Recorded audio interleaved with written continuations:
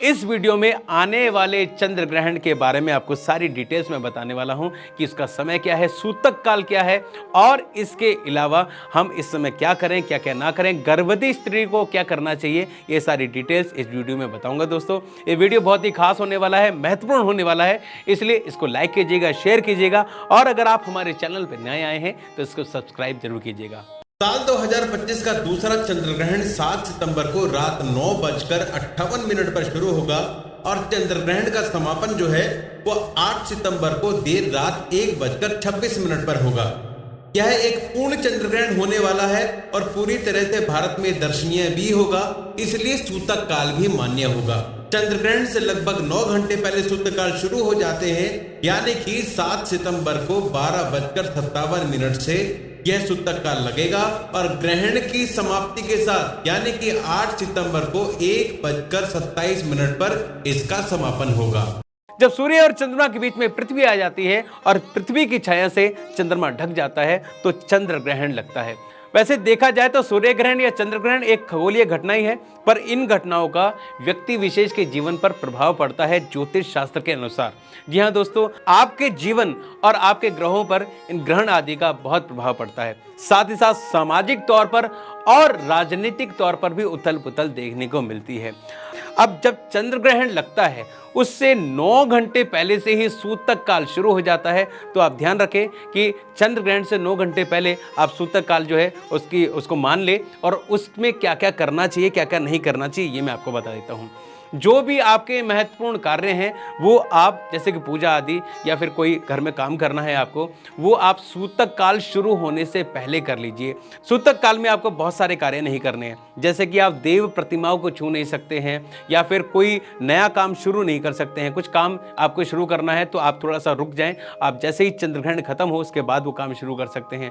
साथ ही साथ सूतक काल के समय आप वो चीज़ें, जैसे कि आपका मंदिर है, आपके काम का स्थान है या फिर जो भोजन की वो वस्तुएं जिसको आपको ग्रहण के बाद, चंद्र ग्रहण या सूर्य ग्रहण के बाद खाना है या फिर उसका इस्तेमाल करना है, उसमें आपको तुलसी के पत्ते या फिर आप कुशा जो है वहां पर रख सकते हैं। कहा जाता है कि तुलसी के पत्तों में और कुशा में जो ग्रहण का असर नहीं होता है तो वहां पर आप ये काम कर सकते हैं।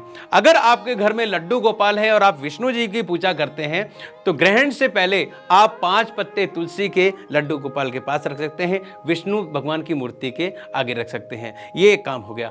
मित्रों, ग्रहण के समय किसी प्रकार की पूजा पाठ नहीं की जाती है, भगवान को स्नान आदि नहीं किया जा सकता है। आप सिर्फ मानसिक जाप कर सकते हैं, भगवान का नाम से ले सकते हैं या फिर मंत्र आदि का उच्चारण कर सकते हैं। गर्भवती जो स्त्रियां हैं उनको ग्रहण के दौरान खास ध्यान रखना चाहिए, जैसे कि ग्रहण के समय बाहर नहीं निकलना चाहिए, बाहर किसी प्रकार की जो ग्रहण की रोशनी है उसको नहीं देखना चाहिए और इस दौरान मन में मानसिक जाप करना चाहिए या फिर भगवान की पूजा जो है मन में करनी चाहिए, भगवान के जो मंत्रों का जाप करना चाहिए या फिर आप किसी तरह के भजन आदि को सुन सकते हैं, ताकि इस समय होने वाले जो कुप्रभाव है वो गर्भवती स्त्रियों पर और उनके आने वाली संतान तक ना पहुंचे। तो ये चीज़ें उनको करनी चाहिए। खास तौर पर गर्भवती स्त्रियां और बाकी जो लोग हैं उनको ग्रहण के दौरान नाखून नहीं काटने चाहिए, बाल नहीं कटवाने चाहिए, धारदार वस्तुओं से जो है काम नहीं करना चाहिए, कैंची का इस्तेमाल नहीं करना चाहिए। ये खास चीज़ें ध्यान में रखने वाली होती हैं। इसके अलावा आपको ग्रहण के दौरान ना तो भोजन पकाना चाहिए ना भोजन करना चाहिए। अब ग्रहण के दौरान आप कौन कौन से मंत्रों का जाप कर सकते हैं ये मैं आपको बताता हूँ।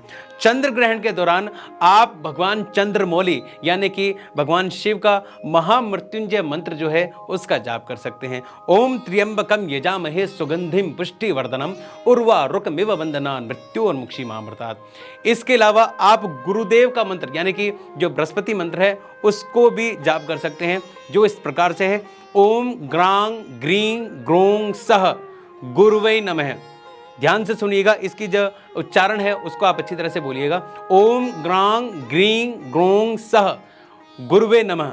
अब इसका सही तरह से उच्चारण जानने के लिए और इसको पढ़ने सुनने के लिए आप दिए गए आई बटन पर जाकर इस मंत्र को सुन सकते हैं।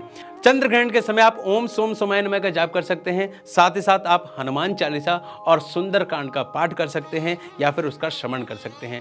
इन तरह के पाठ करने से जो उस समय होने वाली नकारात्मक घटनाएं हैं, उनकी जो ऊर्जा है वो आप तक नहीं पहुंचती है और आप उनसे बचे रहते हैं। तो ये जो कार्य हैं आप कर सकते हैं चंद्र ग्रहण के दौरान। साथ ही साथ दोस्तों एक और बात मैं बता दूं, चंद्र ग्रहण के दौरान आप अपने मुंह में एक तुलसी का पत्ता डाल के रख सकते हैं, जिससे आपके शरीर पर जो उस समय होने वाली जो नकारात्मक ऊर्जाएं हैं उनका प्रभाव नहीं पड़ेगा। अब ये जानिए कि चंद्र ग्रहण के बाद आपको क्या करना है। मित्रों, चंद्र ग्रहण के तुरंत बाद आपको स्नान करना है और उसके बाद जो आपके घर का पूजा स्थल है उसकी साफ सफाई करनी है, देव प्रतिमाओं की साफ सफाई करनी है। घर के अलग अलग कोने में जाकर आपको गंगा जल है वो छिड़कना है, ताकि वहाँ पर अगर कोई नकारात्मक ऊर्जा का वास है तो वहाँ से वो गायब हो जाए। तो ये आपको काम करना है। सूर्य ग्रहण के दिन अगर आप दान देते हैं तो आपको 10 लाख गुना ज़्यादा फायदा होता है, और अगर आप चंद्र ग्रहण के दिन कोई दान करते हैं तो आपको लगभग 1 लाख गुना का फायदा होता है। तो आप ध्यान रखें कि चंद्र ग्रहण के उपरांत आपको दान जरूर करना है। किसी गरीब व्यक्ति को आप दूध भी दान कर सकते हैं चंद्र ग्रहण के बाद। मित्रों, ये था एक डिटेल वीडियो चंद्र ग्रहण को लेकर। अगर आप हमारे द्वारा बताए गए मंत्रों के बारे में जानना चाहते हैं, उनका सही उच्चारण जानना चाहते हैं, उनको सुनना चाहते हैं अच्छे म्यूजिक के रूप में, तो आपको हमारे इस वीडियो के डिटेल में मिल जाएगा उनके लिंक्स। वहां पे जाकर आप महामृत्युंजय मंत्र, गायत्री मंत्र, हनुमान चालीसा, सुंदरकांड और गुरु मंत्र, ये सब वहां पे जाके सुन सकते हैं और उनका आनंद ले सकते हैं, और उनका श्रवण करके आप ग्रहण के दौरान होने वाली नकारात्मक ऊर्जाओं से बच सकते हैं। अगर आप हमारी टीम को कोई सजेशन देना चाहते हैं या फिर कोई सवाल पूछना चाहते हैं तो आप कमेंट कर सकते हैं। अगर आप सोशल मीडिया के माध्यम से हमसे जुड़ना चाहते हैं तो आपको हमारे इंस्टाग्राम अकाउंट और हमारे जो फेसबुक पेज की डिटेल्स मैंने डिस्क्रिप्शन में दे दी है, वहां पे जाके आप हमें फॉलो कर सकते हैं। मित्रों के साथ मैं धीर कुमार लेता हूं आपसे अनुमति। जल्दी ही मिलूंगा एक नए वीडियो में, एक नए व्रत के साथ, नए विधि के साथ, नए विधान के साथ। जय श्री राम।